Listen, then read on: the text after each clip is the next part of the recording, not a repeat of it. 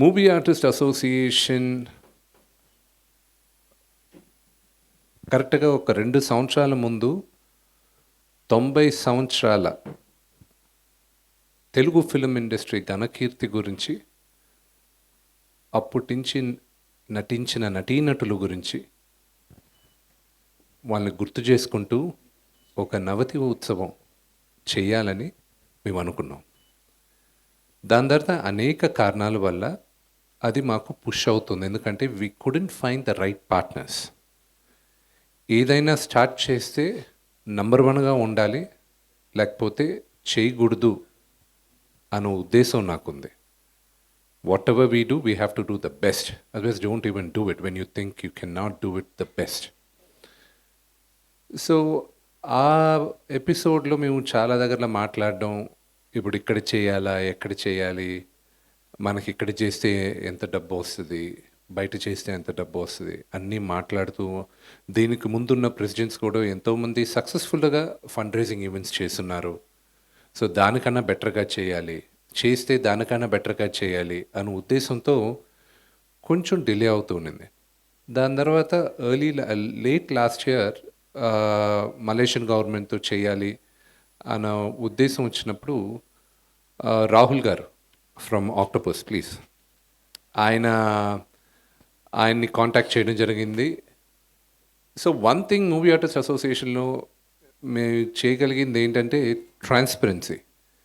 ఇప్పుడు నాకు నచ్చిన వాళ్ళని తీసుకొచ్చి ఊరికే పెట్టేసే కన్నా మేము బిడ్డింగ్కి పిలిచాం ఎవరు బాగా చేస్తారని.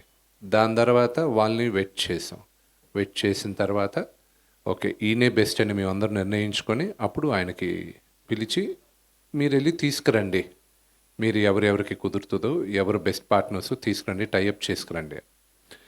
See, I'll tell you one thing about Mr. Kamal Nath. You know, a few years back I was filming in Malaysia and అప్పుడు నాకు ఒక యాక్సిడెంట్ జరిగింది అక్కడ.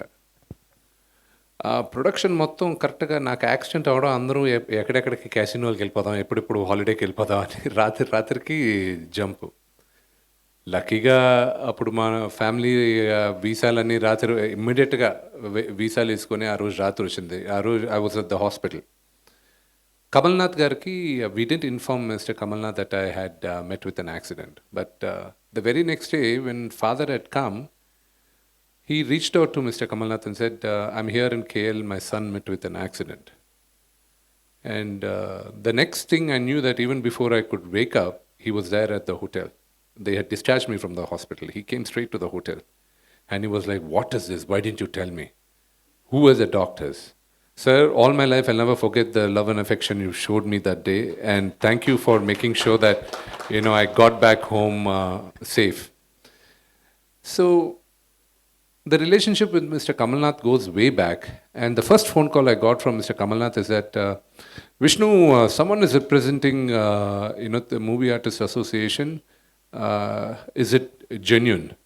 Is it correct? I said, yes, sir, I'm the president. And we are reaching out to thing. And I would, he said, well, if you're there, then we definitely consider looking at it and doing it. Let me talk to the concerned people. There were a few dates which we had envisioned, but thanks to him, and also I have to apologize because the dates of putting the event has pushed on. Right now, we are aiming at having it in July. We want to have the event in July. The dates anetvi, I need to talk to the seniors in the industry. And I need to take their blessings, and I need to take the support for them to come and attend the event.